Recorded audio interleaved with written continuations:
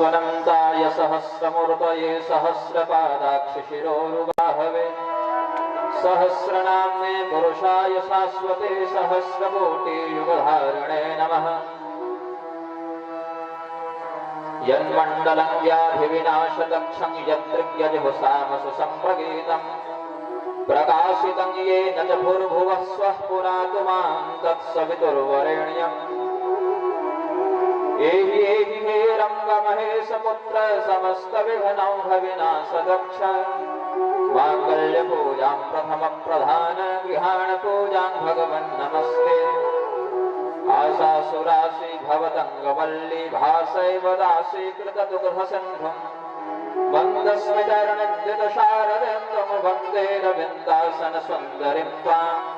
नृपालिमौलिव्रजरत्नकान्ति सरिद्विराजध्वजकन्यकाभ्याम् नृपत्वदाभ्यां नतलोकपङ्क्तेः नमो नमः श्रीगुरुपादुकाभ्याम्।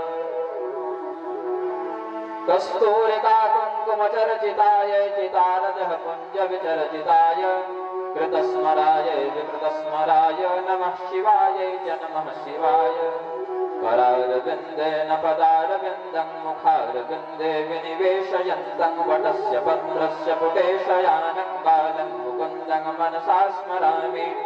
दुकूलचौरं नवनीतचौरं श्रीराधिकायाः हृदयस्य चौरं अनेकजन्मार्जितपापचौरं चौराग्रगण्यं पुरुषं प्रपद्ये। नीलाम्बुजश्यामलकोमलाङ्गं सीतासमारोपितवामभागं पाणौ महासायकचारुचापं नमामि रामं रघुवंशनाथम्। उल्लङ्घ्य सिन्धौ सलिलं सलीलं यः शोभवह्निं जनकात्मजाया आदाय तेनैव ददाह लङ्कां नमामि तं प्राञ्जलिराञ्जनेयं। प्रेम से बोलिए आनंदगंध भगवान की। श्रद्धालु भक्तगणों, आज विषय थोड़ा विस्तृत है और समय बड़ा संकीर्ण है, अतएव मेरा प्रयास रहेगा कि उपलब्ध समय में ही सार्थक शब्दों में आप सबों को धर्म के 10 लक्षणों के संदर्भ में परिचित कराऊं। कल के व्याख्यान में हमने धर्म के संदर्भ में भूमिकात्मक रूप से विस्तृत व्याख्यान किया और साथ ही यह उपदिष्ट किया विदुर जी के अनुसार धर्म के 8 अंग, याज्ञवल्क्य जी के अनुसार 9 अंग, मनु महाराज के अनुसार 10 अंग इत्यादि अनेकानेक ऋषियों के अनुसार अनेकानेक अंग हैं। किंतु सर्वप्रथम सार्वकालिक सर्वमान्य जो धर्म है वह क्या है? श्रूयतां धर्म सर्वस्वम श्रुत्वा चैत प्रतिपाद्यताम् आत्मनः प्रतिकूलानि परेषां न समाचरेत्। पद्म पुराण का वचन है, विष्णु धर्मोत्तर पुराण का, कूर्म पुराण इत्यादि का भी, पंचतंत्र इत्यादि का भी वचन है। आप सभी एकाग्र होकर धर्म के सर्वस्व सार को ग्रहण करें, श्रवण करें और सुनकर श्रुत्वा चेत प्रतिपाद्यताम् उसे अपने जीवन में धारण करें और आचरण में अनुष्ठित करें। क्या है? आत्मनः प्रतिकूलानि परेषां न समाचरेत्। ऐसा कोई भी कर्म किसी अन्य व्यक्ति के प्रति न करें जो आपको स्वयं के ऊपर किए जाने पर सुख और शांति की हानि होती प्रतीत हो। यदि आप कष्ट नहीं भोगना चाहते तो आपका कर्तव्य है किसी अन्य को भी कष्ट न दें। यदि आप अपमानित नहीं होना चाहते तो आपका कर्तव्य है किसी अन्य को भी अपमानित न करें।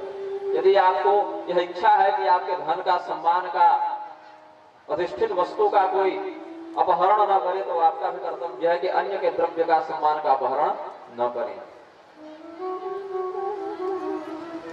स्वामी श्री नित्यानंद सरस्वती जी का आपने धर्मोपदेश सुना। उन्होंने घोषणा की कि सनातन धर्म विश्व का सर्वश्रेष्ठ धर्म है। मैं उनकी बात से सर्वथा सहमति रखते हुए इसमें अपना मंतव्य जोड़ूंगा कि सनातन धर्म विश्व का एकमात्र धर्म है। सर्वश्रेष्ठ की बात तो तब आएगी ना जब तुलना होगी। तुलना वहां होती है जहां दो हो। यदि सनातन धर्म के इतर मान्यताओं को भी हम धर्म कहकर पुकारने लगे तो हमें बताएं कि अधर्म की परिभाषा फिर क्या होगी। अधर्म भी तो होना चाहिए। तो सनातन धर्म विश्व का सर्वश्रेष्ठ ही नहीं अभी तो एकमात्र धर्म है जो कि व्यक्ति को देवत्व से लेकर मोक्ष तक की प्राप्ति करा सकता है। और इससे विपरीत होकर यदि हम निकले तो निकृष्ट से निकृष्ट पिशाचवत पशु योनि को भी प्रदान कर सकता है। हमारे सनातन धर्म के ग्रंथों में श्लोक हैं, मंत्र हैं, पद्य हैं, ऋचाएं हैं, यजुष हैं, साम हैं, सूत्र हैं, भाष्य हैं। अन्य मान्यताओं में टेस्टामेंट है, हदीस है, आयत है। किसी भी अन्य मान्यता वाले ग्रंथ में या पुस्तक में आप दिखा दें किसी ने ह्यूमन टेस्टामेंट लिखा हो या आदमी आयत, इंसान हदीस लिखी हो, नहीं संभव है। हमारे यहाँ जो लोग कहते हैं कि मानवता सबसे बड़ा धर्म है, ये भी केवल सनातन धर्म से ही सिद्ध हो सकता है, क्योंकि हमारे यहाँ मानव धर्मशास्त्र नाम का ग्रंथ भी उपलब्ध है। अन्य स्थान पर ह्यूमन टेस्टामेंट नहीं मिलेगा, हमारे यहाँ मानव धर्मशास्त्र है। जो लोग और भी गंभीरता से धर्म के रहस्य को जानते हैं, वे जानते हैं कि यहाँ पर जैसे श्रीमद् भागवत महापुराण है, शिव पुराण है, अग्नि पुराण है, गरुड़ पुराण है, वैसे मानव पुराण भी है। अब परंपरा के कारण थोड़ा लुप्त हो गया, कम लोग जानते हैं। जीर्ण शीर्ण पांडुलिपियों में बच गया, मेरे पास उससे कुछ अंश बच गए हैं, लेकिन मानव पुराण नामक पुराण भी है। श्रीमद् भागवत की कथा सभी सुनते हैं। इस क्षेत्र में श्रीमद् भागवत की कथा व्यापकता से होती है। श्रीमद् भागवत के अंतिम प्रकरणों में 30 प्रकार के मानव धर्म बताए गए हैं। तो यदि आप कहते हैं कि मानवता सबसे बड़ा धर्म है, तो कहीं न कहीं आपको यह प्रेरणा सनातन धर्म से ही प्राप्त हुई है। सनातन धर्म के इधर जाएंगे तो फिर आपके लिए मानव धर्म जैसा शब्द भी नहीं बचेगा। अन्य देशों में जहां सनातन धर्मी कम मात्रा में है, वहां की स्थिति आप स्वयं देख सकते हैं। सनातन धर्म के अंतर्गत जो सर्वमान्य 10 लक्षण हैं, धृति, क्षमा, दमो, स्तेयम, शौच, इंद्रिय निग्रह, धैर्यविद्या, सत्यम, क्रोधो, दशकम धर्म लक्षणम। मनुस्मृति के संभवतः 6वें अध्याय में यह बात आई है। भगवान मनोपदिष्ट करते हैं। सबसे पहला लक्षण है धृति। आपको यदि पानी भरना है तो टंकी की आवश्यकता पड़ेगी, कोई डिजिटल चीज स्टोरेज करनी है तो एक मेमोरी कार्ड की आवश्यकता पड़ेगी, पैसा रखना है तो एक पर्स की या जेब की या बटुए की या बैंक की आवश्यकता पड़ेगी। तात्पर्य है किसी भी चीज को रखना है तो भंडारण करने के लिए कुछ चाहिए। कपड़ा है तो बक्सा चाहिए, किताब है तो उसके लिए अलमारी चाहिए। जो भी है, जो भी तत्व है, उसको रखने के लिए धारक वस्तु, धारक तत्व, भंडारण की आवश्यकता पड़ती है। इसीलिए धर्म ने अपना पहला ही लक्षण बताया धृति, वो धर्म का भंडारण है। धृति क्या है? आपके अंदर गुणों को धारण करने का जो सामर्थ्य है, उसकी जो शक्ति है, उसे ही धर्म में धृति कहा गया है। प्रत्येक व्यक्ति के शरीर में 3 प्रकार की धृति होती ही होती है। हमारे आपके अन्य सभी व्यक्तियों के शरीर में 3 प्रकार की धृति होती है। धृत्या जया धारयते मनः प्राणेन्द्रिय क्रिया योगे नाभ्यभिचारणीया धृति सापार्थ सात्विकी। सबसे श्रेष्ठ प्रकार की धृति ये है कि आप अपने जीवन में किसी भी बात की कामना न करें, उम्मीद न करें, इच्छा न रखें। केवल शरीर यापन करने के लिए, जीवन यापन करने के लिए, शरीर को चलायमान गतिमान रखने के लिए जो आवश्यक कर्म हैं, उनको करने में जो धारणा शक्ति लगती है, वह सबसे श्रेष्ठ प्रकार की धृति मानी गई है। योग बल का आश्रय लेकर अपने कर्तव्य को बिना किसी फल की उम्मीद रखे, बिना किसी फल की आकांक्षा अथवा लालसा रखे, जो धारणा शक्ति शरीर के पास है, केवल शरीर को चलाने के लिए उचित कर्तव्यों को जिससे किया जाता है, धारण किया जाता है, उसे सात्विक अर्थात सर्वश्रेष्ठ प्रकार की धृति कहते हैं। तो धर्म के पहला लक्षण में जो धृति है, उसका जो पहला प्रकार है वो है सात्विक धृति। दूसरा प्रकार है यजात धर्म कामार्थाम धृत्या धारयते अर्जुन प्रसन्न फलाकांक्षी धृति सापार्थ राजसी। जो सामान्य स्तर की धृति है, ठीक ठाक है, न बहुत अच्छी है न बहुत बुरी है, मिला जुला कर, उसे राजसी धृति कहते हैं। इसका क्या लक्षण है? आप गलत काम नहीं करें, धर्म का ही आचरण करें, अच्छा ही काम करें, परोपकार करें, लोक सेवा करें, किंतु बदले में यश की, कीर्ति की, पुण्य की, सुख की अभिलाषा रखें। उम्मीद करें कि हमें धर्म से सुख होगा। एक प्रकार का यहाँ पर विनिमय हो गया कि हमने अच्छा आचरण किया, उसके बदले हमें पुण्य के फलस्वरूप सुख की प्राप्ति हुई। ये दूसरे प्रकार के धृति का लक्षण हुआ। और तीसरे प्रकार के धृति को धारण करने वाले लोग समाज में बहुतायत से व्याप्त होते हैं। यया स्वप्नम भयम शोकम विषादम मदमेव च न विमुञ्चति दुर्मेधा धृति सापार्थ तामसी।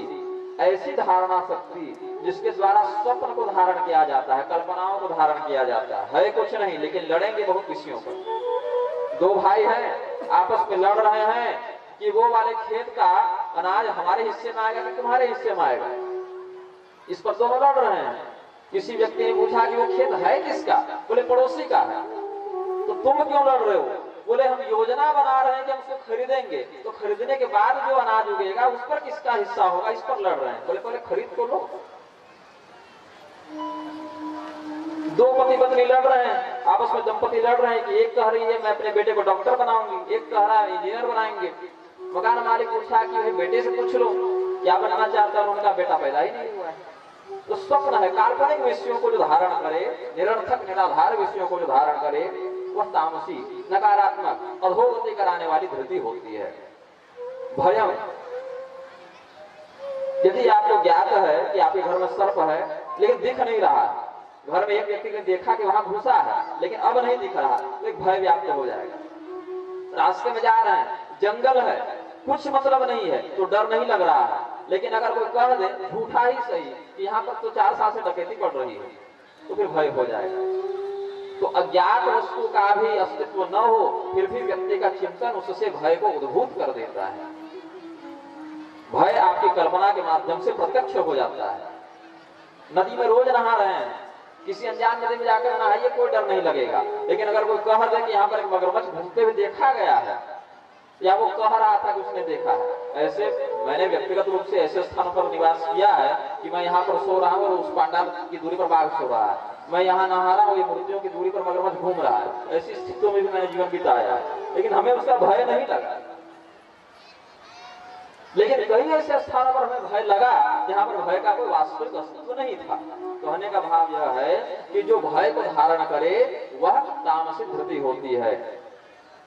शोकम, चिंता, राजा चित्रकेतु का पुत्र नहीं हो रहा था, नारद जी ने आशीर्वाद दिया कि जाओ पुत्र हो जाएगा। पुत्र हुआ तो जरूर, लेकिन एक ही रानी को हुआ, बाकी रानियों ने सौतिया डाह के कारण पुत्र को जहर दे दिया कि उसके बेटा हुआ, हमारे क्यों नहीं हुआ, तो उसको मार देना चाहिए। राजा को शोक हो गया। नारद मुनि फिर आए, उन्होंने योग बल से जीवात्मा का आवाहन किया और बोला कि तुम्हारे पिता रो रहे हैं, शरीर में घुस जाओ। जीवात्मा ने कहा कि मेरे कई जन्मों में कई माता पिता हो चुके हैं, ये कौन से वाले माता पिता हैं, हिसाब से देखना पड़ेगा। तो वो हर माता पिता अगर कहे तो हर शरीर में थोड़ी घुसेंगे। शोक हुआ राजा को। शोक को धारण करने वाली धृति तामसी होती है। तो धृति जो पहला लक्षण है धर्म का, उसके जो 3 प्रकार हैं, उसमें तीनों प्रकार कल्याणकारी नहीं है। योगे नाट्य विचारणिया धृति सापार्थ सात्विकी, जो सात्विक धृति है, जो सर्वश्रेष्ठ धृति है, जिसके द्वारा व्यक्ति बिना किसी फल की कामना के अपने कर्तव्य कर्म पर निष्ठा रखता है, ऐसी धृति सर्वश्रेष्ठ कहलाती है।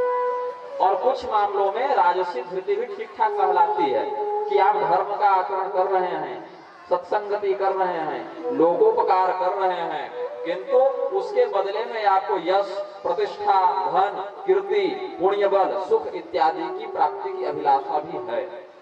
तो ऐसी धृति बुरी नहीं कहलाएगी, किंतु नश्वर अवश्य हो जाएगी। एक विनिमय हो गया तो अपने सर्वोच्च प्रभाव को दिखाने में असमर्थ हो जाएगी। एक व्यक्ति था, अपने पड़ोसी के साथ राजा के घर में गया।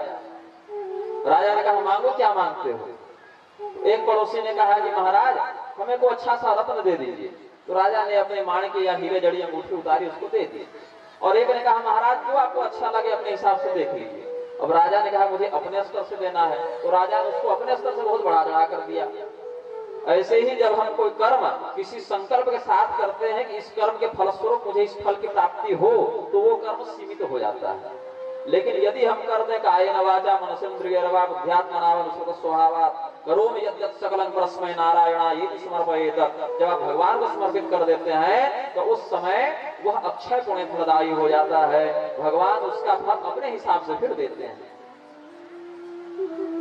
हिरण्यकशिपु ने 36,000 वर्ष तपस्या की, ब्रह्मा जी ने मांगने के लिए कह दिया, उन्होंने मांग लिया।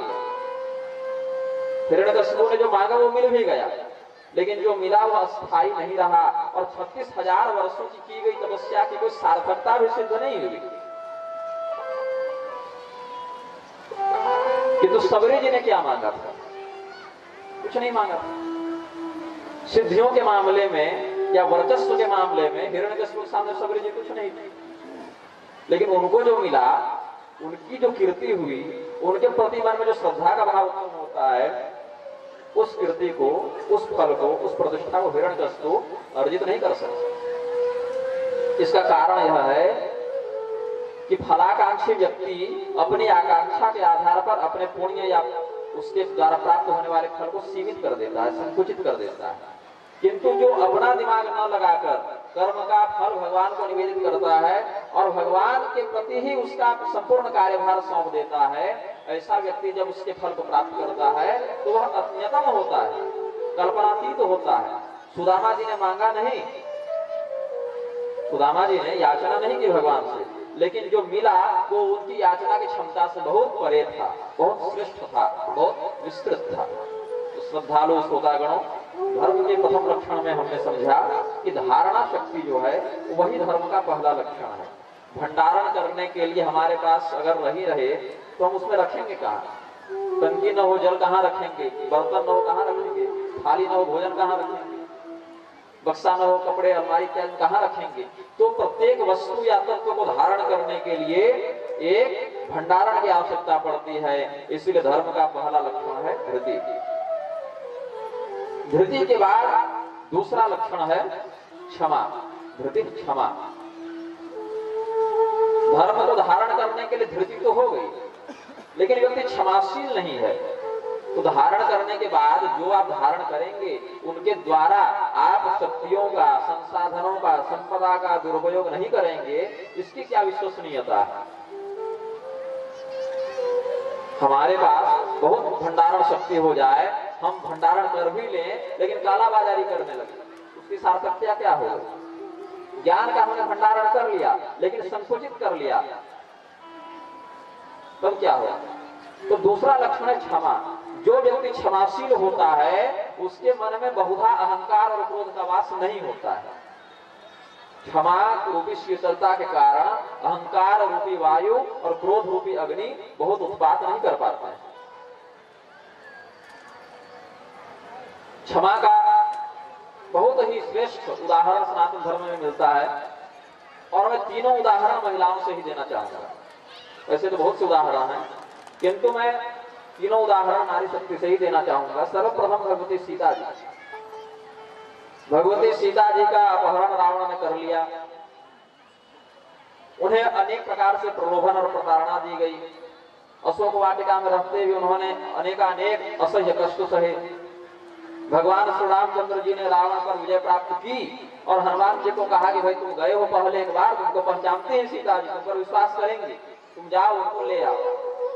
तो हनुमान जी भगवती सीता जी के पास जाते हैं और कहते हैं, माता राम जी के प्रताप से और आपके प्रकोप से रावण का सर्वनाश हो गया है, अब लंका में कोई अधर्मी नहीं रहता और प्रभु ने मुझे आपके पास वापस बुलाने के लिए भेजा है, आप चलें। सीता जी आने के लिए तत्पर हो गई, लेकिन हनुमान जी के मन में एक भाव आया, क्षणिक भाव आया, ये जो राक्षसियां यहाँ पर खड़ी हैं, इन्होंने सीता जी को बहुत डांटा है, बहुत फटकारा है, इन पर बहुत अत्याचार किया है।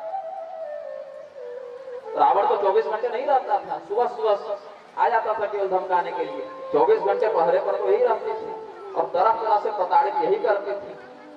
तो हनुमान जी ने कहा कि माँ हमारी इच्छा है कि इन पर भी दो हाथ साफ कर लिया जाए, ये लोग बहुत उत्पात किए हैं आपके साथ, थोड़ा दंड इनको भी मिला जाए। सीता जी ने क्षमा कर दिया है। बोलिए परतंत्र थी, अपनी इच्छा से कुछ नहीं करती थी, रावण इनसे ऐसा करवाता था जिसका दंड रावण को प्राप्त हो चुका है, इनका कोई दोष नहीं है, अतएव मैं इन्हें क्षमा करती हूँ। हम और आप रहते तो कर पाते क्या? नहीं कर पाते, शायद वो उदारता नहीं होती, और शायद इसीलिए हम भी सीता या भगवान श्री रामचंद्र जी के समान पूजनीय नहीं होते। दूसरा उदाहरण देखें भगवती द्रौपदी का। महाभारत के युद्ध का समापन हो गया है, सात्विकी और भगवान श्री कृष्ण शेष 5 पांडवों को लेकर तीर्थाटन में निकल गए हैं। समंत पंचक क्षेत्र के शिविर में पांडवों की सेना लगभग चौथाई अक्षौहिणी सेना सो रही है। रात्रि को अश्वत्थामा ने धोखे से आक्रमण किया और रुद्र के द्वारा दिए गए खड्ग से द्रौपदी के 5 पुत्रों का मस्तक काट डाला उसने। द्रौपदी के भाई धृष्टद्युम्न और शिखंडी का भी उसने वध कर दिया और संपूर्ण सेना का संहार कर दिया। और सेना का संहार करने के बाद भाग गए। इस घटना की और कहे तो दुर्घटना की सूचना पांडवों को प्राप्त हुई तो भगवान श्री कृष्ण को सहायक बनाकर अर्जुन ने युद्ध करते हुए अश्वत्थामा को बंदी बनाया और उसे पशु के समान बांधकर द्रौपदी के पास ले आया। और द्रौपदी ने क्या कहा, मुच्यता में सब ब्राह्मण मित्रांग गुरु, ब्राह्मण सभी वर्णों का गुरु है, आचार्य है, श्रेष्ठ है, पूजनीय है, इसीलिए आप इनको मुक्त कर दें, मैं इनको क्षमा करते हूँ। पिछली रात को जिस स्त्री के 5 पुत्र मार दिए गए, 2 भाई मार दिए गए, अधर्म पूर्वक मार दिए गए, वो अगले ही दिन उन्हीं पुत्रों और भाइयों के हत्यारे को सर्वथा क्षमा कर देती है। ये उनकी उदारता है, ये उनमें धर्म की स्थिति बताता है। तीसरा उदाहरण एक और है गौतमी का, भगवती गौतमी, भगवती सीता का सुनिए, भगवती द्रौपदी का, भगवती गौतमी का। वन में वास करती हैं, उनके पति नहीं है, दिवंगत हो गए, वैधव्य को प्राप्त कर गई, तो वन में जाकर तपस्या करने लगी गौतमी। तपस्या के मध्य में उनका एक छोटा सा बालक भी था, 5-7 वर्ष का एक पुत्र था, वो भी साथ में ही रहता था। तो वन में एक दिन ऐसी घटना घटी कि 5-7 वर्ष का जो उनका पुत्र था उसे सर्प ने काट लिया, और सर्प ने काट लिया, इससे उसकी मृत्यु भी हो गई। गौतमी को यह ज्ञात हुआ कि मेरा पुत्र मर गया है, तो उसके शव को अपने पास लाकर अंतिम संस्कार का प्रबंध करने लगी। एक बहेलिया वहां से गुजर रहा था, उसने देखा कि ये बालक मरा पड़ा है जंगल में। उसने गौतमी से पूछा, ये मरा कैसे? गौतमी ने कहा कि सर्प के काटने से इसकी मृत्यु हो गई है। तो बहेलिया बहुत सी विद्याओं में निपुण था, उसने अपनी विशेष विद्या का प्रयोग करके यह पता किया कि किस सांप ने इसे काटा है और वो सांप भी कहां होगा, और मंत्र शक्ति से उस सर्प का आकर्षण करके उसने उस सर्प को बंदी बना लिया। बहेलिया के पास सांप पकड़ने का एक यंत्र होता है, खोखले बांस का एक यंत्र बनाते हैं, आगे से थोड़ा सा मुड़ा रहता है, तो शरीर जो सांप का रस्सी के समान लंबा लंबा उसको अंदर बांस में डाल दिए और मुंह को बाहर निकालकर घुमाकर वहां पर बांध दिए, तो बंदी बनाने का होता है यंत्र। उसी यंत्र में उस बहेली ने सर्प को पकड़ा और गौतमी के पास लाकर कहा कि इसी ने तुम्हारे पुत्र की हत्या की है, तुम इसे चाहे जो दंड दो। गौतमी ने कहा कि मेरे पुत्र की आयु पूरी हो गई थी, किसी न किसी निमित्त से मरना ही था। सांप न काटता तो नदी में मर जाता, नदी में नहीं डूबकर मरता तो पर्वत से फिसल कर गिर जाता, पर्वत से नहीं फिसलता तो किसी रोग का शिकार हो जाता। जिस व्यक्ति की मृत्यु आ जाती है वो किसी भी बहाने से मृत्यु को प्राप्त कर सकता है। इसमें मैं सर्प का कोई विशेष दोष नहीं समझती हूँ, इसीलिए मैं इसे क्षमा करती हूँ। लेकिन बहेलिया ने इसको स्वीकार नहीं किया, बोले नहीं नहीं, इसको दंड मिलना चाहिए। तो बहेलिया ने सर्प को कहा कि हे सर्प, तुमने इस बालक की हत्या की है, इसीलिए मैं तुम्हें मृत्यु दंड देता हूँ। और पूर्व काल में सभी इतने तेजस्वी होते थे कि एक दूसरे की भाषा समझते थे। तो सर्प ने भी उत्तर दिया, इस बालक से मेरे को व्यक्तिगत दुश्मनी नहीं है, कोई खेत जमीन का झगड़ा नहीं है कि मैंने इसको काट दिया, इसकी मृत्यु का समय आ गया था, इसीलिए मैंने इसको काटा है। हे व्याध, मैं तो सर्प हूँ, तुमसे कमजोर हूँ, इसीलिए तुम हमको मार दे रहे हो। हिम्मत है तो मृत्यु को पकड़ो, जो मुख्य आरोपी है। हमारा इससे कोई व्यक्तिगत शत्रु, मेरी तो कोई शत्रुता है नहीं। मृत्यु ने कहा इसीलिए मैंने इसको मारा, और मैं कमजोर हूं इसलिए तुम मुझ पर अत्याचार कर रहे हो। यदि सामर्थ्यवान हो तो जाकर मृत्यु को पकड़ो। उस बहेलिये ने मंत्र शक्ति से मृत्यु का आवाहन किया। मृत्यु को ऊपर जब आरोप लगाए कि तुम इस बालक की मृत्यु के दोषी हो, तो मृत्यु से भी रहा नहीं गया, बोले हमें तो सैकड़ों लोगों को रोज मार रही हूं, ऐसा आरोप तो किसी ने नहीं लगाया। तो मृत्यु वहां पर अपना स्पष्टीकरण देने के लिए पहुंचती है। ये महाभारत में वर्णित है ये कथा। उन्होंने कहा कि मैं अपनी स्वेच्छा से किसी का वध नहीं करती हूँ, समय मुझे बताता है, काल मुझे बताता है कि कब किसे मृत्यु देनी है, और मैं उसके लिए निमित्त का चयन करती हूँ। इसीलिए मुझे तो बुला लिया, यदि हिम्मत है तो काल भगवान को पकड़ो। काल के ऊपर जब आरोप लगाया तो काल भी वहां पर प्रत्यक्ष प्रकट हुए, और प्रत्यक्ष प्रकट होकर उन्होंने कहा कि मैं भी इस बालक की मृत्यु का दोषी नहीं हूँ। मुझे यमराज जिस समय जैसा आदेश देते हैं मैं वैसे ही व्यक्ति का निर्देश कर देता हूँ मृत्यु के प्रति। यमराज के ऊपर जब आरोप लगा, यमराज प्रकट हुए, बोले मेरा तो काम ही है लोगों को मृत्यु देना, लेकिन मैं अपनी इच्छा से मृत्यु नहीं देता। चित्रगुप्त तो मुझे बताते हैं कि इसके वही खाते में ये लिखा है, ये कर्म है, ये कर्म है, मैं मृत्यु देता हूँ। जब चित्रगुप्त पर आरोप लगा, चित्रगुप्त ने भी आकर स्पष्टीकरण दिया, मैं भी स्वतंत्र रूप से दोषी नहीं हूँ, क्योंकि मैं अपनी इच्छा से नहीं कर्म लिखता फल, जो जीव जैसा कर्म करता है वैसा ही तो मैं फल लिखता हूँ। तो जीव को बुलाया गया कि भाई तुम अपनी मृत्यु के दोषी हो। तो जीव ने कहा कि जब मैं स्वयं अपनी मृत्यु का दोषी हूँ तो इतनी वकालत क्यों चल रही है यहाँ। इससे सिद्ध होता है भक्तजनों कि व्यक्ति अपने सुख दुख पाप पुण्य अच्छा बुरा प्रत्येक घटना का उत्तरदायी पूर्णतया स्वतंत्र रूप से अगर देखा जाए तो स्वयं ही होता है, चाहे उसके प्रत्यक्षीकरण के लिए निमित्त कोई भी तत्व क्यों न बन जाए। अतएव धर्म के दूसरे लक्षण के अंतर्गत हम समझते हैं कि क्षमा, धृति के बाद क्षमा, क्षमा के बाद स्थान है दम का। दम का अर्थ होता है नियमन संयमन। ऐसा नहीं है कि हम सर्वत्र क्षमा ही कर दें तो भी चल जाएगा, इसलिए क्षमा के बाद दम का दंड का विधान भी आया, नियंत्रण करने का विधान आया। क्षमा उसी व्यक्ति को करनी चाहिए जो क्षमा का पात्र हो।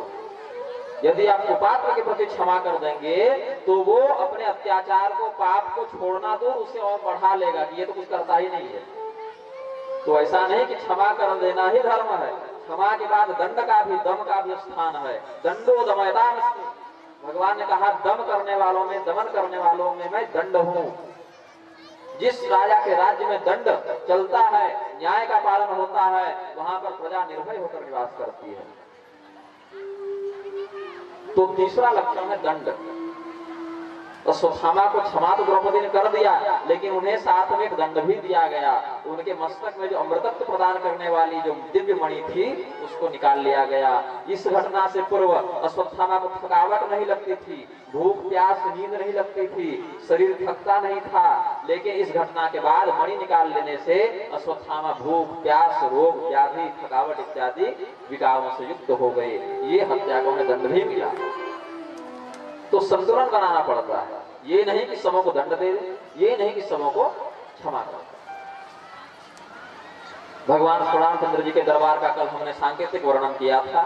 भगवान श्री रामचंद्र जी दरबार में विराजमान हैं, न्याय पीठ पर आसीन हैं और भगवान श्री लक्ष्मण जी दरवाजे पर द्वार पर आगंतुकों के न्यायिक्षकों के शिकायतों को सुन रहे हैं। एक फटे मस्तक वाला कुत्ता वहां पर आता है जिसका मस्तक विदीर्ण था, खून बह रहा था। उसने कहा मुझे न्याय चाहिए।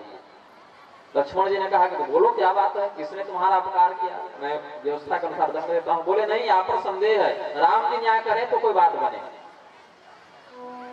अब न्याय तो करना था, भगवान के सम्मुख प्रस्तुत किया गया विचित्र मुकदमा, ऐसा मुकदमा कहाँ सुनेंगे। उस कुत्ते ने आरोप लगाया कि एक सन्यासी है, उसने मारकर मेरा माथा विदीर्ण कर दिया, आप उसे दंड दें। सन्यासी को बुलाया गया।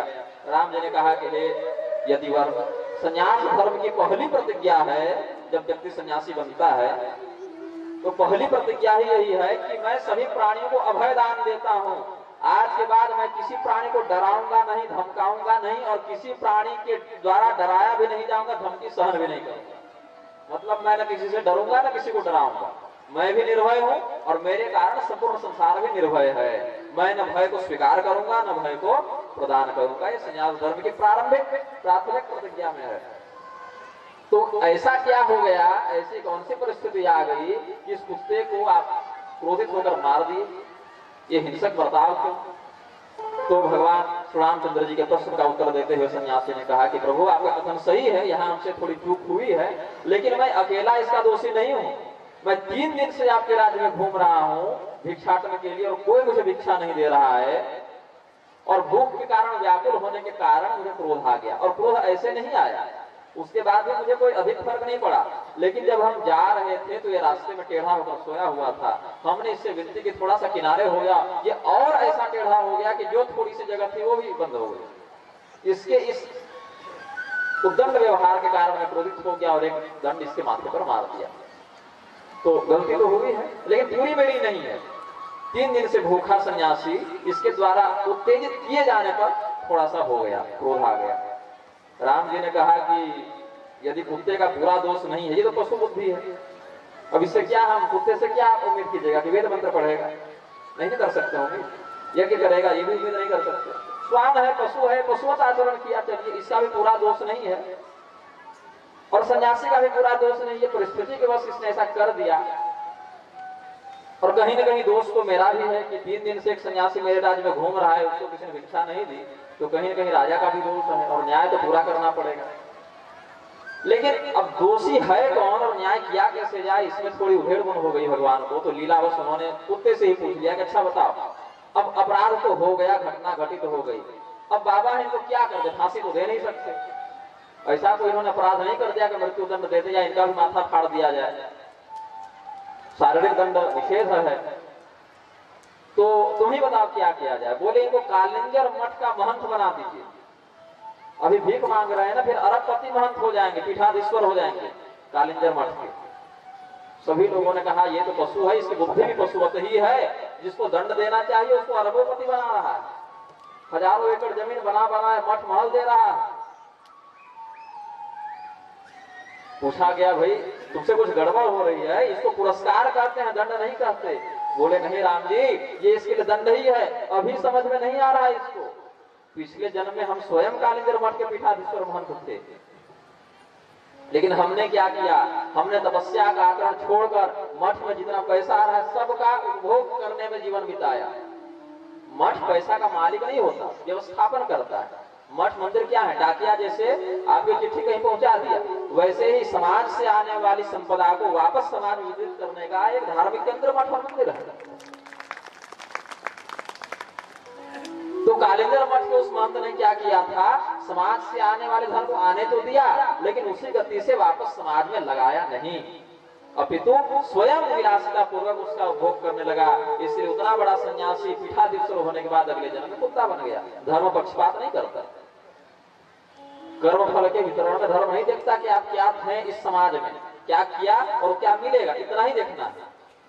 भौतिक हैसियत क्या है इससे धर्म को मतलब नहीं है। तो हे राम जी, जो सन्यासी भूख के कारण क्रोध को अपना सकता है और मुझे मार सकता है, वो धन को आता देखकर लोभ को भी अपनाएगा, और लोभ को अपनाएगा तो धन पर कुंडली मारकर बैठ जाएगा, और इस जीवन में तो पूरा राजा के समान रहेगा, लेकिन अगले जन्म में जब ये कुत्ता बनेगा तब ये समझेगा कि मैं आज किस पीड़ा में हूँ, तब इसे उस कर्म के दुष्कर्ता का बोध होगा। तो धर्म का तीसरा लक्षण है दम, दंडित करना। केवल समाज को नहीं, अपने ऊपर भी यदि कुछ हो जाए। अब एक स्थान पर मैं बैठा हुआ था, 10-5 लोग बैठे हुए थे, और मेरे मन में ऐसी वार्ता करते इसमें कुछ अधार्मिक विचार उत्पन्न हो गया, तो मैंने कस के अपने आप को वहीं थप्पड़ लगा दिया सबके सामने। अब 10 व्यक्ति बैठे हुए थे, मैंने स्वयं को थप्पड़ लगा दिया। वो आश्चर्यचकित हो गए, क्या हो गया। मैंने पूछा ऐसा आपने क्यों किया। हम बोले कि मेरे मन में किसी अनुचित विचार, मेरे कोई अनुचित विचार आ गया था, मैंने स्वयं को दंडित करके उसका प्रायश्चित वहीं पर कर लिया स्वभाव पर। तो दंड आवश्यक है। मेरे पिताजी, मुझे स्मरण आता है, सप्ताह में एक दिन आते थे और छड़ी लेकर ऐसे ही मार देते थे। मुझे आज भी पता नहीं चला कि मैं क्यों मार खा जाता था। पिताजी बाद में बताए कि हो सकता है चोरी छिपे तुमने कोई ऐसा पाप किया होगा जो हमें नहीं बताया, तो यमराज बाद में मारे, सच्चा हम ही मार देते हैं। मतलब ऐसे भी कर्मों का दंड हमें मिला है जो हम आज तक किए ही नहीं। तो ये उनकी प्रशिक्षण की विधा थी, शैली थी। कहने का अर्थ है कि व्यक्ति को अपने मन पर, शरीर पर, वाणी पर हर संभव प्रयास करके नियंत्रण रखना चाहिए, और धर्म विरुद्ध यदि वो कहीं जाए तो उसका उचित शास्त्रोक्त दंड भी है। दंड विधान को बनाने वाले हमारे यहाँ स्मृतिकार कहलाते हैं। मनु स्मृति, वशिष्ठ स्मृति, पराशर स्मृति, व्यास स्मृति, विष्णु स्मृति, यम स्मृति, अंगिरा स्मृति, अत्रि स्मृति इत्यादि स्मृतियां हैं जो दंड विधान हमारे यहाँ, किस कर्म का क्या दंड होगा, किसके लिए क्या आचरण मर्यादित है। हमारा यहाँ 2 स्मृतिकार हुए, दोनों भाई। एक का नाम था महर्षि शंख, एक का नाम था महर्षि लिखित। दोनों कानून बनाते थे, स्मृतिकार है, दंड विधान बनाते हैं। दोनों का आश्रम कुटिया कुछ दूर पर ही थी। तो एक बार छोटे भाई स्मृतिकार महर्षि लिखित अपने बड़े भाई स्मृतिकार महर्षि शंख के घर में गए, आश्रम में गए। शंख उस समय अपने आश्रम में नहीं थे, उनके आश्रम में फल लगा हुआ था। तो लिखित ने देखा कि मेरे भैया का आश्रम है, सुंदर सा उद्यान है, बगीचा है, तो एक फल तोड़कर उन्होंने खा लिया। फल तोड़कर खा लिया और हाथ मुंह धो ही रहे थे कि उनके भाई आ गए। बोले लिखित तुमने कुछ ग्रहण किया है क्या? बोले हाँ भैया, फल अच्छा लगा तो तोड़कर खा लिया। बोलिए तुम्हारा था क्या? नहीं मेरा तो नहीं है, किसका है? तो आपका है। तो बिना अनुमति तुमने कैसे खा लिया? तो भाई के घर में गए हैं, इतना बड़ा बगीचा है, सैकड़ों फल लगे हैं, फल तोड़कर खा ही लिया, तो इसमें क्या मुद्दा है भाई? बोले नहीं, मुद्दे की बात नहीं है, बात यह है कि तुमने अपने अधिकार की वस्तु का उपभोग नहीं किया है, दूसरे के अधिकार की वस्तु का उपभोग उसकी अनुमति या स्वीकृति के बिना किया है। ये धारा लगेगी तुम पर, कानून यही कहता है, ये धारा लग गई। अब ऐसा नहीं कि हमने कानून बना दिया तो हम कानून से परे हो गए, हम भी उसी के अंतर्गत आएंगे। संत और लिखित दोनों स्मृतिकार हैं, दोनों कानून जानते हैं, धर्म की मर्यादा जानते हैं। दंड था कि हाथ काट दो, एक फल चुराने के कारण लिखित स्वयं गए राजा के यहाँ और बोले महाराज मैं स्मृतिकार लिखित आपके दरबार में आज दंडित होने के लिए उपस्थित हुआ हूँ। बोले महाराज आप तो संविधान बनाते हैं, आपको क्या दंड दें? बोले कि दंड दिए इस बात का कि मैंने अपने भाई की अनुमति के बिना उसके बगीचे से फल लेकर खा लिया। बोले महाराज ठीक है, खा लिया तो राजा को क्षमा का भी तो अधिकार है। राष्ट्रपति फांसी का अगर आदेश पारित करे तो क्षमादान भी दे सकता है। राजा ने कहा मैं क्षमा करता हूं आपको। बोले नहीं, यदि कोई सामान्य व्यक्ति होता तो ये बात समझ में आती, लेकिन कानून बनाने वाले ने कानून तोड़ा है, इसलिए दंड तो मिलना चाहिए, मेरा हाथ आप कटवाइए। अब राजा भी मंजूर था, उसने हाथ कटवा दिया। अब उसी कटे हुए हाथ की अवस्था में महर्षि लिखित संघ के पास जाते हैं और कहे भैया अब तो मैं निर्दोष हूँ, अब तो मेरा पाप चला गया। बोले हाँ पाप चला गया, बहुत खून खराबा हो गया, ठीक नहीं दिख रहा है, पर साफ कर लो, जख्म को धो लो, जाकर नदी में नहा लो। तो लिखित गए, नदी में नहाए और नहाने के समय स्वभावतः जैसे हम लोग नदी इत्यादि नहा के जल देते हैं, पितरों को सूर्यदेव को जल इत्यादि देते हैं, तो बचपन से आदत थी जल देने की, तो स्वभावतः उनके मन में इच्छा हुई कि हम जल दें। तो हाथ तो कटे हैं लेकिन शरीर जल देने की मुद्रा में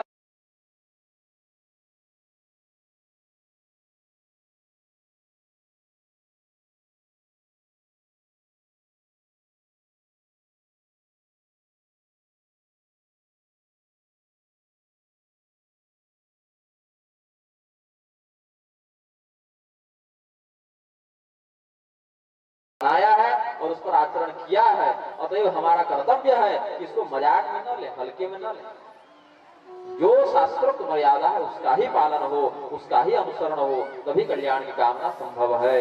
तो हमने 3 लक्षणों पर चर्चा की, धृति, क्षमा, दम। और दम के साथ चौथा लक्षण जो अस्तेय है वो भी इसी में जुड़ जाएगा। अस्तेय का अर्थ होता है अपने अधिकार में जो वस्तु न हो, अपने अधिकार में जो द्रव्य न हो, जो काल न हो, जो स्थिति न हो, जो देश न हो, जो कर्तव्य न हो, दूसरे के अधिकार में हो, उसका उपभोग स्वयं न करे। यदि सामने वाला अनुमति न दे रहा है तो बिल्कुल न करे। दूसरे के धन का, दूसरे की संपदा का, दूसरे के साधन का उसकी अनुमति या प्रसन्नता के बिना उपभोग करना। अभी आपने स्वामी जी का प्रवचन सुना, मनुस्मृति से उन्होंने कहा अधिकम यो मन्येत सस्तेनो दंडमर्हति। आपके पास जितनी आवश्यकता की वस्तु है उसके अतिरिक्त जो आपने संग्रह कर रखा है वो आपकी नहीं है, वो उसकी है जिसके पास उसका अभाव है। और यदि आपने अतिरिक्त का संग्रह कर रखा है तो यह समझा जाएगा कि प्रकृति के नियमानुसार आप चोर हैं। सस्तेनो दंडमर्हति, वह चोर है और उसे दंड मिलना चाहिए, ये विधान है। इसीलिए हमारे यहाँ पंच महायज्ञ हैं, उसमें चींटी से लेकर ब्रह्मा तक के लिए अंश निकालने का विधान है। अतिथि के लिए निकाल कर रखे, चींटियों के लिए भी निकाल कर रखे, यज्ञ इत्यादि के माध्यम से देवताओं के लिए निकाल कर रखे। सबों का अधिकार, सबों का भाग निश्चित है, क्योंकि जो हवा आप सांस ले रहे हैं वो आपने नहीं बनाई, जो जल आप पी रहे हैं आपने नहीं बनाया, जिस अग्नि का आप प्रयोग कर रहे हैं वो आपने नहीं बनाई, जिस पेट्रोल का प्रयोग निकाल कर तो ले लिए, आप बनाए थे क्या? नहीं बनाए तो बेच कैसे थे, खरीद कैसे थे? जो प्राकृतिक संसाधन है उनका उपभोग मनुष्य उतनी ही मात्रा में कर सकता है जितना उसके जीवन यापन के लिए आवश्यक है, और उतना जीवन यापन करने के बाद प्रकृति को लौटाए। हमारे सनातन धर्म का यह संविधान कहता है, सनातन धर्म की मर्यादा कहती है कि जिस व्यक्ति ने अपने जीते जी कम से कम 10 पेड़ भी न लगाए हो, मरने के बाद उसकी चिता के लिए लकड़ी भी नहीं दी। यह तात्पर्य है कि लकड़ी भी प्राप्त करने का अधिकार उसे है जिसने अपने जीवन में कम से कम 10 वृक्षारोपण किया हो। इतना सुंदर संतुलन किसी अन्य मान्यता में आपको प्राप्त नहीं होगा। यदि आप प्रकृति से कुछ ले रहे हैं तो आपका कर्तव्य है कि कुछ लें और बहुत प्रदान करें। लेकिन अब व्यवस्था का कारण यह है कि हमने अधिकारों को तो याद रखा, क्या लेना है ये याद रखा, हमको क्या क्या मिलेगा ये याद रखा, कर्तव्यों को भूल गए। इसीलिए हमने कल सांकेतिक रूप से कहा मानवाधिकार आयोग तो बन गया, मानव कर्तव्य आयोग नहीं बन पाया। तुमको ये मिलेगा, ये मिलेगा, ये मिलेगा, ये नहीं मिलेगा तो तुम लड़ो, ये कहने वाले हैं। लेकिन तुम्हारा ये कर्तव्य है, तुमको ये करना चाहिए, ये करना चाहिए, नहीं करोगे तो दंड मिलेगा, ये कहने वाला आयोग नहीं बना, ये कहने वाला मंत्रालय नहीं बना। यदि अधिकारों का मंत्रालय हटाकर मानवाधिकार आयोग को हटाकर मानव कर्तव्य आयोग लागू कर दिया जाए ना, तो सबों के अधिकार स्वतः सुरक्षित हो जाएंगे, क्योंकि फिर अधिकारों का हनन ही कोई नहीं करेगा, सभी अपने कर्तव्य का पालन करेंगे। तो किसी के अधिकार का उत्क्रमण नहीं होगा, किसी के अधिकार की हानि नहीं होगी। तो धृति, क्षमा, दम, अस्तेय। पांचवा लक्षण है शौच। इसका अर्थ होता है पवित्रता। शौचालय का अर्थ ये नहीं कि जहां पर जाकर निपट कर आ गए, शौचालय का अर्थ है जहां पर जाकर पवित्रता का बोध हो। ये हम लोग सांकेतिक रूप से कह देते हैं शौचालय, लेकिन वास्तव में शौच शब्द का अर्थ है शुचिता। शुचिता का भाव है शौच, मतलब पवित्रता, आभ्यंतर पवित्रता, बाह्य पवित्रता, मन की, वाणी की, चित्त की शुद्धि, निर्मलता के साथ आंतरिक पवित्रता और स्नान इत्यादि के माध्यम से बाहरी पवित्रता। यदि आप प्रतिदिन नहीं करते हैं तो भी आप धर्म की अवहेलना कर रहे हैं, और यदि आप आंतरिक रूप से अनुचित भावों से ग्रस्त हैं तो भी आप धर्म की अवहेलना कर रहे हैं। धर्म का जो पंचम लक्षण है शौच, उसका तात्पर्य है कि आप अंदर से विचारिक रूप से और बाहर से शारीरिक रूप से स्वस्थ हो। स्वच्छता यदि नहीं है तो भी धर्म की हानि है। इसके बाद स्थान आता है इंद्रिय निग्रह। हमारे यहाँ इंद्रिय निग्रह के सबसे अच्छे और सर्वमान्य अगर कोई उदाहरण है तो हनुमान जी। हनुमान जी के पास अद्भुत बल है, अतुलित बलधामन, किंतु उन्होंने अपने बल का कभी भी दुरुपयोग नहीं किया। ज्ञानिनाम अग्रगण्यम, ज्ञानियों में सर्वश्रेष्ठ हैं, किंतु कभी ज्ञान का अहंकार नहीं किया। जब राम जी से मिले तो बोले एक में मंद मोह बसा कुटिल हृदय अज्ञान में अज्ञानी हूं। और स्वयं को अज्ञानी कौन कह रहा है? जो ज्ञानिनाम अग्रगण्यम है, जो सर्वश्रेष्ठ है और जो ज्ञान में सबसे ऊपर है, जो अतुलित बलधामन है, जो सबसे अधिक बल में संपन्न है, वो कहता है प्रभु मैंने कुछ नहीं किया, आपके प्रताप से सब स्वतः हो गया। तो अपने अलग अलग इंद्रियों में जो शक्ति व्याप्त है, उन शक्तियों को जो व्यक्ति नियंत्रित रखता है, कब कितनी मात्रा में किस स्थान पर कैसे प्रयोग करना है, इसका जो विवेक धारण करता है, वह धर्म के छठे लक्षण इंद्रिय निग्रह को भी धारण करता है, ऐसा समझना चाहिए। इसके बाद सातवां लक्षण धी। धी का सामान्य अर्थ होता है बुद्धि, समझ सकते हैं। निरुक्त की विशिष्ट परिभाषा में जाएंगे तो न समय है और न आप उतना समझ पाएंगे। ये फिर परंपरा से अध्ययन करेंगे साल 2 साल दर्शन शास्त्र का, तब समझेंगे। तो सामान्यतया धी के कुछ लक्षण हैं। शुश्रूषा, श्रवणम के ग्रहण, धारण तथा उहापोहार ज्ञान, ये 8 लक्षण है धी के। बुद्धि कैसे प्राप्त होगी सही? पहले शुश्रूषा, सुनने की इच्छा। यहाँ बहुत लोग थे, सुनने की इच्छा थी तो बाकी बैठे, बाकी चले गए। फिर श्रवणम, सुन रहे हैं। अच्छा, जितने बैठे जरूरी नहीं कि सब सुन रहे हैं, कुछ बातचीत भी कर रहे हैं, यहाँ बैठे तो सब दिख रहा है हमें। तो शुश्रूषा मतलब सुनने की इच्छा, श्रवण मतलब सुनो। अच्छा, जितने लोग सुन रहे हैं जरूरी नहीं कि उसको ग्रहण भी कर ले रहे हैं। बाबा आए कुछ बोल रहे हैं, अच्छा ही बोल रहे होंगे, ऐसे भावना वाले बहुत से लोग बैठे हुए हैं। तो शुश्रूषा मतलब सुनने की इच्छा, फिर श्रवणम मतलब सुना, और श्रवण के बाद ग्रहणम, ग्रहण किया। अच्छा, जितने लोगों ने ग्रहण किया, कल भी बहुत से लोग थे, यदि मैं प्रश्न करूं कि कल मैंने क्या क्या कहा था तो शायद मुझे सुना नहीं पाएंगे वापस। या मैं कल पुनः इस गांव में आऊं और कहूं कि कल जो मैंने कहा उसके कुछ कुछ बिंदु आप बता दें, तो भी शायद बहुत कम लोग बता पाए, क्योंकि ग्रहण तो किया लेकिन उसको धारण नहीं कर पाए। तो पहले सुनने की इच्छा हो, फिर सुने, सुनने के बाद ग्रहण करें, ग्रहण करने के बाद धारण करें। फिर उहापोहार्थ विज्ञान, ऊह और अपोह, ये सही है कि गलत है? कह तो दिए, लेकिन ऐसा क्यों कहे? यदि इसके जगह ये हो जाता तो क्या होता? ये जो संदेह है, चर्चा, मंथन, चिंतन, ये भी होना चाहिए। ये नहीं कि जो कह दिए उसको आंख बंद कर मान लिए। अपनी ओर से भी समझदारी होनी चाहिए कि अच्छा ये कहे तो इसके पीछे कारण क्या था, शंका समाधान। फिर अर्थ विज्ञान, इसमें इनका तात्पर्य क्या था? जैसे यदि हम कहेंगे या कोई धमकी दे रहा है किसी को, मैं तुम्हारी नौकरी खा जाऊंगा, तो यहाँ खाने का अर्थ भोजन की क्रिया से नहीं है। क्या कह रहे हैं? खा जाऊंगा, लेकिन क्या यहाँ पर इसका अर्थ भोजन करने की क्रिया से है? नौकरी को खाद्य वस्तु नहीं, तो शब्द कुछ और है, उसका अर्थ कुछ और हो रहा है।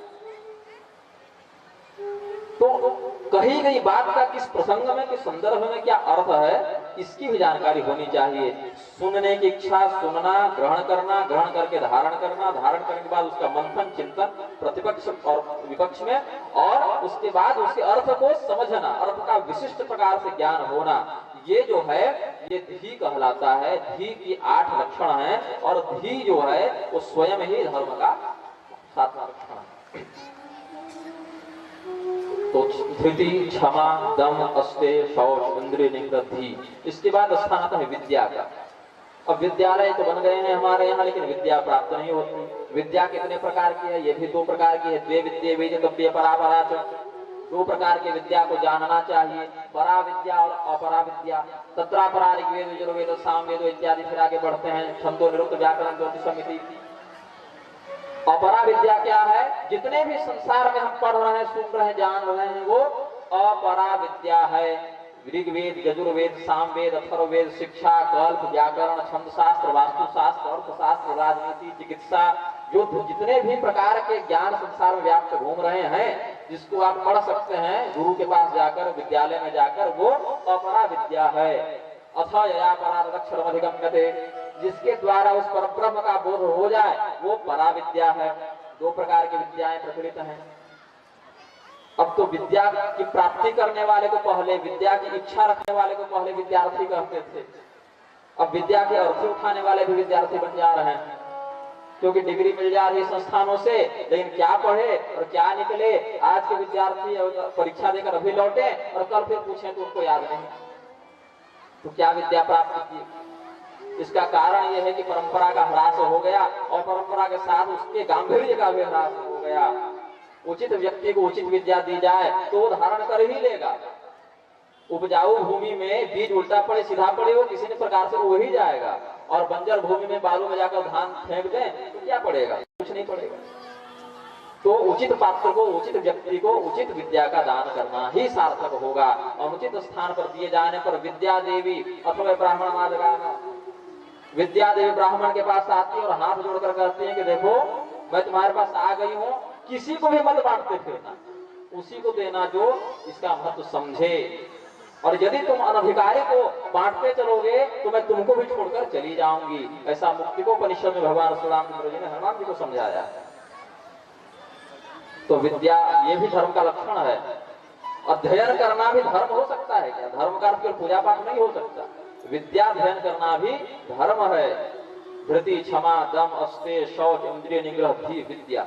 अब 2 लक्षण और बच गए, सत्य और अक्रोध। सत्य का क्या अर्थ है? जो घटना जैसी घटित हुई उसका यथार्थ वर्णन करना सत्य है, लेकिन सत्य भी कुछ विशेषताओं के साथ बोलना चाहिए। सत्यम ब्रूयात्, सच बोले, किंतु कहीं भी कुछ भी सत्य ना बोल दे। प्रियम ब्रूयात्, सुनने वाले को प्रिय भी लगे ऐसा ही सच बोले। सर्वत्र बिल्कुल अब हम सत्य बोलेंगे ऐसा करके सर्वत्र ऐसा सत्य ना बोलते चले कि सामाजिक हानियां होने लगे। अब उदाहरण स्वरूप, अब कोई पुलिस में भर्ती है और आतंकवादियों को पकड़ने के लिए एक योजना पर चल रही है, और उससे अगर पूछा जाए कि तुम क्या कर रहे हो, और वो सत्य बोलने लगे तो हो गया, देश चल गया। तो सत्य बोले, प्रिय बोले, अप्रिय सत्य को न बोले, और प्रिय बोलने के चक्कर में चापलूसी भी न करे। हाँ हाँ बहुत बढ़िया, बहुत विद्वान, बहुत सम्मानित, बहुत श्रेष्ठ, बहुत धनी, बहुत सुंदर, ये नहीं। जो हितकारी हो उतना ही प्रिय बोले, जितने में व्यक्ति का हित बाधित न हो उतना ही प्रिय बोले, और जितना सुनने में प्रिय लगे उतना ही सत्य भी बोले। अनावश्यक सत्य, अप्रिय सत्य या अहितकारी प्रिय वचन का प्रयोग करना भी निंदनीय है। तो धर्म का जो 9वां लक्षण है वह है सत्य, और अंतिम लक्षण है अक्रोध। ठंडा दिमाग रखें। बात बात पर जिन व्यक्तियों को क्रोध आ जाता है, बात बात पर जो अपने आपा खो बैठते हैं, नियंत्रण खो बैठते हैं, ऐसे व्यक्तियों का अस्तित्व संसार में बहुत सुरक्षित नहीं रहता।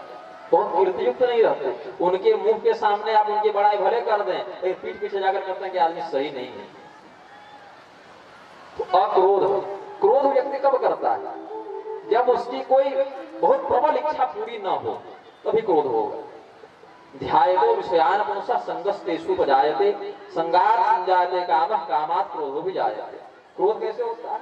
किसी वस्तु का, किसी तत्व का चिंतन करते रहें, चिंतन करते करते करते करते यदि उस वस्तु की प्राप्ति नहीं हुई या आपके मन के मुताबिक काम नहीं हुआ तो कामनाओं के अवरोध हो जाने पर, कामनाओं के अकुंठित हो जाने पर जो भाव उत्पन्न हुआ वही क्रोध है। और क्रोध का परिणाम अंत में कहां तक पहुंच जाता है? क्रोधात् भवति सम्मोहः। क्रोध के बाद मोह हो जाता है। मैं आपको एक छोटा सा संस्करण बताता हूं। मैं अपने जीवन में जब पहली बार छत्तीसगढ़ आया, शर्मा जी के बुलाने पर, सिलतरा में मेरा मोगली के पास प्रवचन था और यहाँ से मुझे हिमालय के और कुल्लू मनाली की ओर निकलना था। तो मेरी ट्रेन थी बिलासपुर से और ट्रेन में मेरी सीट रिजर्व थी, कन्फर्म थी, बाद में हो गई थी। लेकिन मैंने यहाँ से बिलासपुर से दिल्ली तक यात्रा खड़े की। और जब मैं बिलासपुर आया जीवन में पहली बार, तो जिस ट्रेन से आया उसमें जो बैठकर आया तो एक व्यक्ति ने मेरे कंधे पर अपना पैर रखकर पूरी रात बिताई। लेकिन मैंने ना उसको कुछ कहा और जो लोग मेरी सीट पर कब्जा करके बैठे थे ना मैंने उनको कुछ कहा। भगवान की कृपा से दोनों स्थितियों में क्रोध नहीं आया। अब आप कल्पना कर सकते हैं कि जिसको बुलाकर आप इतना सम्मान दे रहे हैं उसी के कंधे पर, इस बात की उन्होंने मुझे बहुत सुनाया बाद में, इतना भी आपको अक्रोध नहीं होना चाहिए था, कुछ सुना देते उसको। खैर, व्यक्तिगत विषय पर क्रोध नहीं करना चाहिए। आपका कोई व्यक्तिगत अपमान कर दे, कोई व्यक्तिगत नुकसान कर दे तो झेल जाना चाहिए। भगवान की कृपा समझनी चाहिए कि चलो ये गया, प्रारब्ध कटा। भगवान कहते हैं कि जो मुझे बहुत प्रिय होता है ना उसको समय समय पर मैं अपमानित, दंडित, नुकसान में डालते रहता हूँ, दृढ़ता उसकी परीक्षा में लेते रहता हूँ। तो अक्रोध जो है, क्रोध करने से क्या होता है? क्रोधात् भवति सम्मोहः, मोह उत्पन्न होता है। क्रोध केवल वही करे जहां सार्वजनिक रूप से धर्म की व्यापक हानि हो रही है। व्यक्तिगत मामलों में क्रोध नहीं करना चाहिए। जहां पर क्रोध करने से किसी का कल्याण हो जाएगा, क्रोधों की देव से वरेण तुल्य, जिस प्रकार का क्रोध किसी का कल्याण कर दे। अब बेटा गलत रास्ते में जा रहा है, पिता ने क्रोध करके दो थप्पड़ लगा दिए, शिष्य को डांट दिया, तो वो क्रोध उसके हित के लिए था। डॉक्टर ने ऑपरेशन किया तो आपके हित की कामना से किया, जान लेने के लिए नहीं किया। तो पिता का, गुरु का, माता का या मान्य आचार्यों का धर्म रक्षा के लिए, किसी के कल्याण के लिए यदि उसको समझाने के लिए, सुधारने के लिए, मार्गदर्शन देने के लिए यदि क्रोध कर रहे हैं तो उतने अंश में वह क्रोध सही है, कल्याणकारी है, औषधि के समान काम करेगा। अग्नि तो घर में भी है ना, गैस चूल्हे में अग्नि है, खाना बनाने के लिए प्रयोग कर रहे हैं, ठंड से बचने के लिए प्रयोग कर रहे हैं, दीपक जलाने के लिए प्रयोग कर रहे हैं। संतुलित रूप से प्रयोग किए तो कल्याणकारी हुआ। और घर में आग लगा दे तब अग्नि तो वही है, नुकसान हो जाएगा, हानि हो जाएगी। तो क्रोध भी उतने ही मात्रा में, उतने ही उद्देश्य में कल्याणकारी है जहां हित हो, अन्यथा वह मोह को जन्म देगा। क्रोधात् भवति सम्मोहः, और मोहित व्यक्ति अपनी स्मृति को नष्ट कर देता है। सम्मोहात् स्मृति विभ्रमः, और जब स्मृति ही चली गई बुद्धिनाश, और जिसकी बुद्धि भ्रष्ट हो गई उसको कौन बचा सकता है? बुद्धि के नष्ट हो जाने पर तो श्रेष्ठ देवता नहुस जब इंद्र बन गए, बुद्धि भ्रष्ट हो गई, ऋषि महर्षियों को लात मारने लगे, तुरंत इंद्र पद से गिरकर अजगर बन गए, पशु बन गए, मनुष्य भी नहीं बने। रावण की बुद्धि भ्रष्ट हो गई, कंस की हो गई, दुर्योधन की हो गई, और हमारे समाज में कईयों की होती है, परिणाम सभी जानते हैं। तो समय का बहुत ही नितांत अभाव है, आरती का भी समय हो रहा है। अपनी ओर से मैंने पूरा प्रयास किया कि संक्षेप में आप लोगों को धर्म के 10 लक्षणों पर कुछ सांकेतिक उपदेश कर दूं। भविष्य में यदि पुनः इस क्षेत्र में आगमन होगा तो इस पर विस्तार से, ये अद्भुत श्लोक है और इसकी व्याख्या बहुत विस्तृत की जा सकती है। 3 वर्ष पहले मैंने इसी एक श्लोक पर 7 दिन प्रवचन किया था, मेरा एक मंत्र था, एक श्लोक पर। तो विषय बहुत गंभीर है और बहुत विस्तृत है, और प्रयास करने के बाद भी बहुत गहराई से नहीं बताया जा सकता।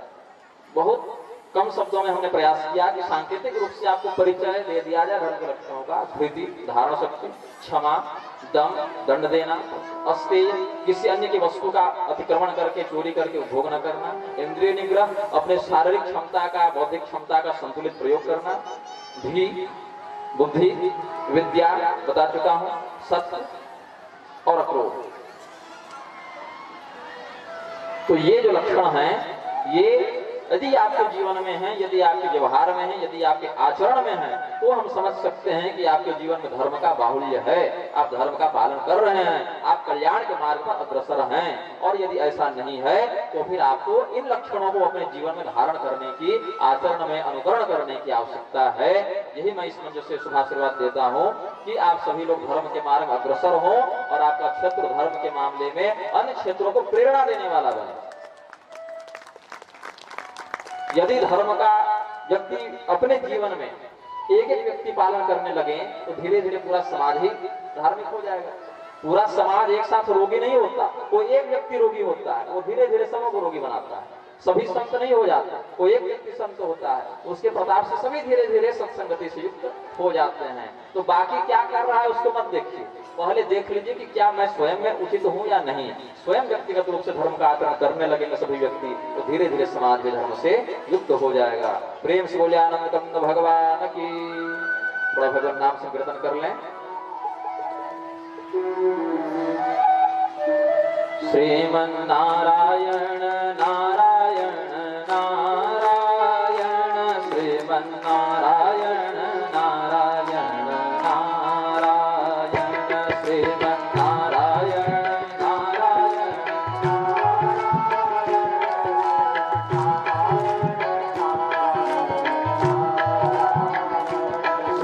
श्रीमन्नारायण नारायण नारायण, श्रीमन्नारायण नारायण नारायण, श्रीमन्नारायण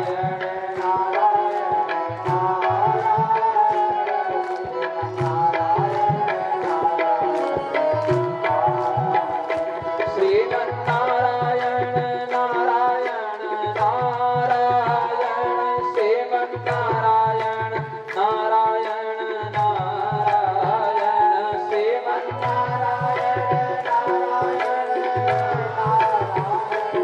श्रीमन्नारायण नारायण नारायण, श्रीमन्नारायण नारायण नारायण, श्रीमन्नारायण नारायण नारायण, श्रीमन्नारायण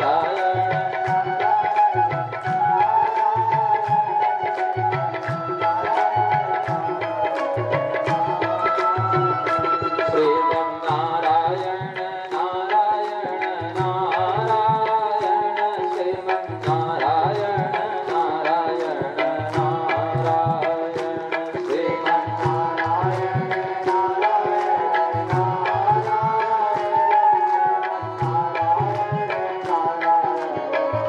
प्रेम से बोले आनंद कंद भगवान की।